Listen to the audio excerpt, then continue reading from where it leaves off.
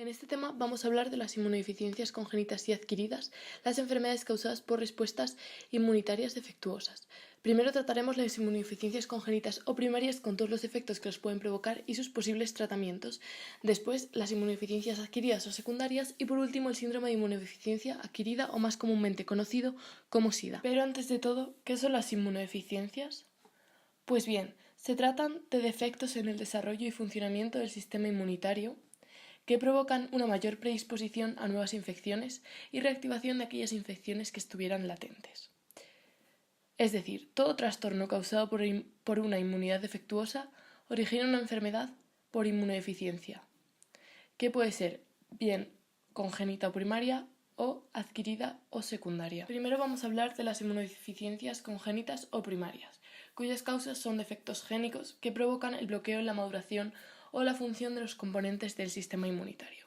Sabemos que sus principales características son que suelen desencadenar complicaciones infecciosas y además que difieren en la manifestación clínica y anatomopatológica, siendo así difícil de detectar. Las primarias tenemos las causadas por defectos en la maduración de los linfocitos, contando con las combinadas graves y las inmunodeficiencias de linfocitos B y T.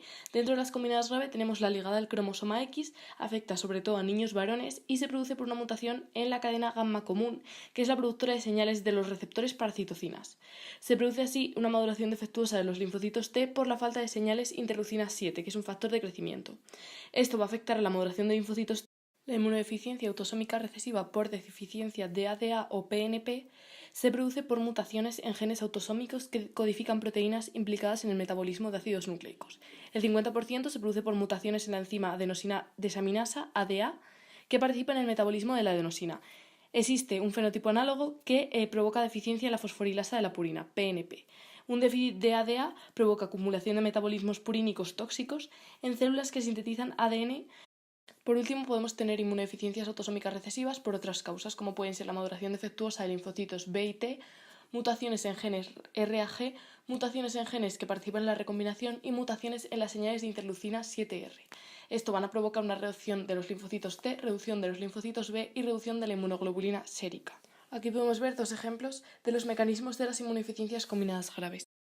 Dentro de las inmunodeficiencias de linfocitos B tenemos la gammaglobulemia ligada al cromosoma X, que se provoca por una mutación en la tirosina cinasa de Bruton y un bloqueo de la maduración más allá de los prelinfocitos B, reduciendo así todos los tipos de inmunoglobulinas séricas y reduciendo el número de linfocitos B. Tenemos las deficiencias de cadena pesada de inmunoglobulina, en las que se produce la eliminación cromosómica que afecta al locus de la cadena pesada de la inmunoglobulina 14q32.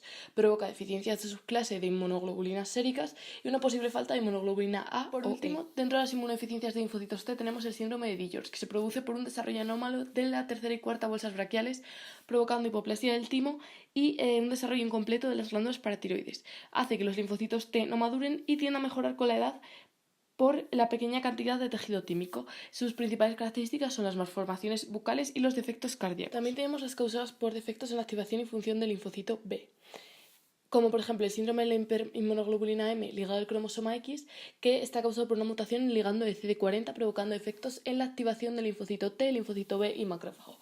Y también la inmunodeficiencia variable común con mutaciones en el receptor para los factores de crecimiento y coestimuladores del linfocito B, que produce una reducción de la producción de isotipos, subtipos de inmunoglobulina y mayor propensión a infecciones. Inmunodeficiencias por la activación defectuosa de los linfocitos T, entre las que destaca el síndrome del linfocito desnudo por la expresión defectuosa de la clase 2 del MHC. Se produce por mutaciones en genes de transcripción necesarios para la expresión de aquellos genes de la clase 2 del MHC y provoca una falta de expresión de la clase 2 del MHC, menor activación del linfocito T CD4 y defectos en la inmunidad celular y humoral dependientes del linfocito T. Además, también tenemos otras como los defectos en la expresión o señales del complejo del receptor del linfocito T, defectos en las respuestas TH1, TH17 y síndrome linfoproliferativo. Por último, vamos a tener las inmunodeficiencias provocadas por defectos en la inmunidad innata, destacando la enfermedad granulomatosa crónica, que se produce por mutaciones en los genes que van a codificar para componentes de la enzima oxidasa fagocito.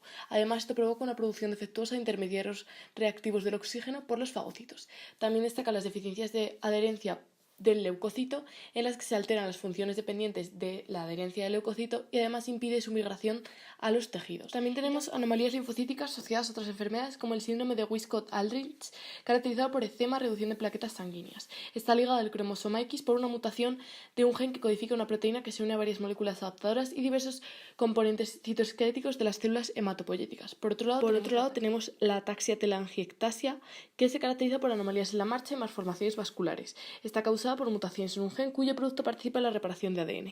Para terminar, sabemos que los tratamientos de las inmunodeficiencias congénitas o primarias son el trasplante de célula troncal hematopoyética, el trasplante de inmunoglobulinas como medio de inmunidad pasiva y la genoterapia en pacientes con inmunodeficiencias congénitas ligadas al cromosoma X, que puede provocar éxito o bien leucemia en los linfocitos. Sabemos también que una inmunodeficiencia congénita es mortal al principio de la vida y que el abordaje ideal de estas enfermedades sería el reemplazo del gen defectuoso, tratamiento que aún no se lleva a cabo. A continuación explicaremos las inmunodeficiencias adquiridas o también llamadas secundarias, las cuales se definen como las deficiencias del sistema inmunitario que se adquieren a lo largo de la vida. La más importante es el VIH, que veremos a continuación. Como podemos ver en esta tabla a continuación, nos representa las causas más frecuentes de enfermedades por inmunodeficiencias adquiridas y cómo se activan los mecanismos para ofrecer una respuesta. Algunas causas son, por ejemplo, la infección por el virus de la inmunodeficiencia humana, lo que conlleva a un mecanismo que es la eliminación de linfocitos TCD4 más cooperadores. Otra puede ser la irradiación y quimioterapia del cáncer, que tiene su propio mecanismo también, que es la reducción de precursores de todos los linfocitos en la médula ósea. Tenemos más ejemplos, puede ser extirpación del bazo en el fondo, cuyo mecanismo es la reducción de la fagocitosis de los microbios, malnutrición proteínico-calórica con su propio mecanismo, afectación de la médula ósea por cánceres, metástasis, leucemias, cuyo mecanismo es un lugar reducido para el desarrollo de los leucocitos. Y por último tenemos la inmunodepresión por rechazo al injerto y enfermedades inflamatorias, cuyo mecanismo es la eliminación o deterioro del funcional de linfocitos. El VIH, ¿qué es el VIH? El VIH como tal es el virus de inmunodeficiencia humana. ¿Qué es? Es un retrovirus que infecta las células del sistema inmunitario, sobre todo los linfocitos TCD4+, y los destruye progresivamente. El VIH tiene un ciclo vital que consta de los siguientes pasos esenciales que se reproducen de manera secuencial. El primer paso es la infección de las células. El VIH infecta las células en función de su glucoproteína. Más adelante se une al CD4 y a los receptores particulares. A continuación podemos ver una producción de una copia del ADN, del ARN vírico e integración en el genoma del huésped. Tercero, expresión de genes víricos y por último la producción de partículas. El SIDA se desarrolla a lo largo de muchos años a medida que el VIH latente se activa y destruye las células del sistema inmunitario. La infección del VIH se adquiere a través de relaciones sexuales, compartiendo agujas, transferencia transplacentaria o mediante la transfusión de sangre contaminada. La pérdida de los linfocitos TCD4+ tras la infección del VIH se debe a un efecto citopático del virus, lo que da lugar a la producción de partículas víricas en las células infectadas, así como la muerte de las células sin infectar.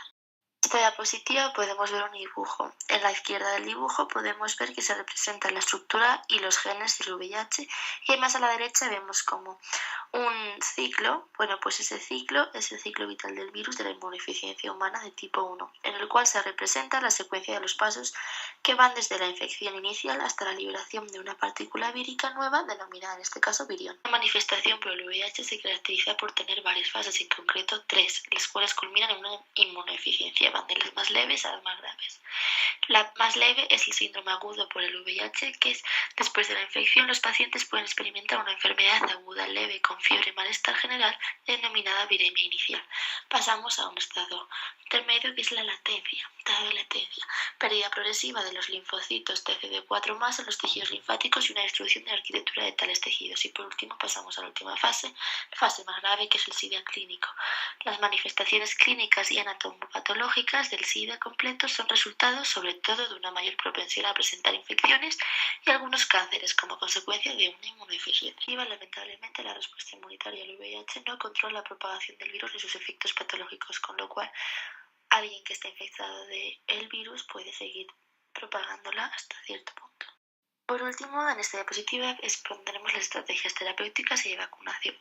El tratamiento actual del SIDA pretende controlar la replicación del VIH y las complicaciones infecciosas de la enfermedad. Será probablemente necesario obtener vacunas eficaces para controlar la infección del VIH por todo el mundo. Una buena vacuna debe inducir una respuesta inmunitaria innata y es necesario un gran número de anticuerpos neutralizantes, además de una gran respuesta al linfocito T, así como la inmunidad de las mucosas.